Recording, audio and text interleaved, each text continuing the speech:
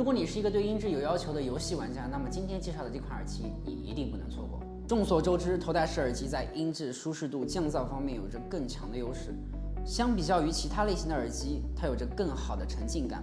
那今天我要讲的这款 JBL 量子风暴360耳机，就把这种感觉做到了更进一步。首先，我们打开它的包装，里面分别是耳机、一个 USB 充电线、一个可拆卸的麦克风、一个 USB 无线适配器。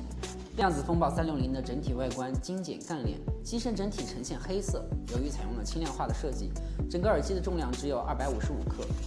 特别是它的可拆卸麦克风，在你需要和队友沟通时，你可以任意调节麦克风的角度。它的柔软度非常高，左右两边可向外延伸6个大段。顶部使用了记忆海绵来提高佩戴的舒适度，耳罩使用了全新的透气织物材料，戴上去后不仅不会闷，隔音效果也很不错。耳罩左右可以旋转90度，上下也有一定的转动幅度。再加上头部使用了韧性极高的材料，佩戴起来没有任何的负担。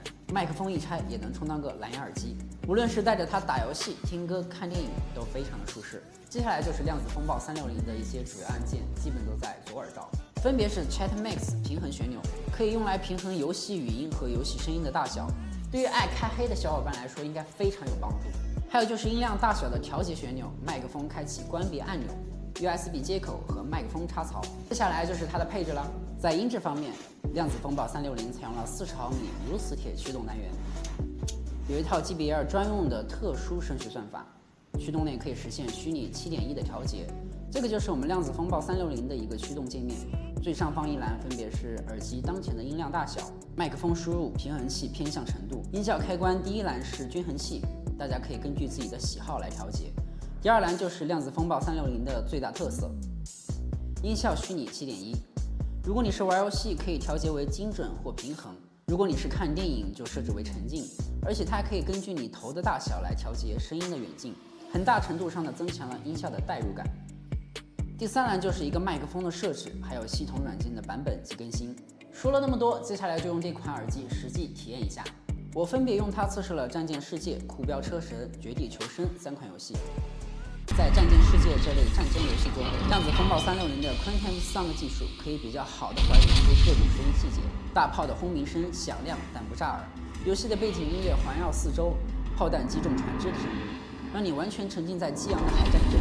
在赛车类游戏中又是另外一种感觉，你可以清晰地听到游戏的背景音和轮胎摩擦地面的音效，海浪拍打船只的声音，飞机螺旋桨的声音，沉浸感非常强。而在吃鸡类游戏中，量子风暴360里的枪声和脚步声指向性非常准确。它使用的 Quantum Surrounder 技术可以让你听到比普通耳机更广的脚步范围，帮助你快速地确定敌人位置。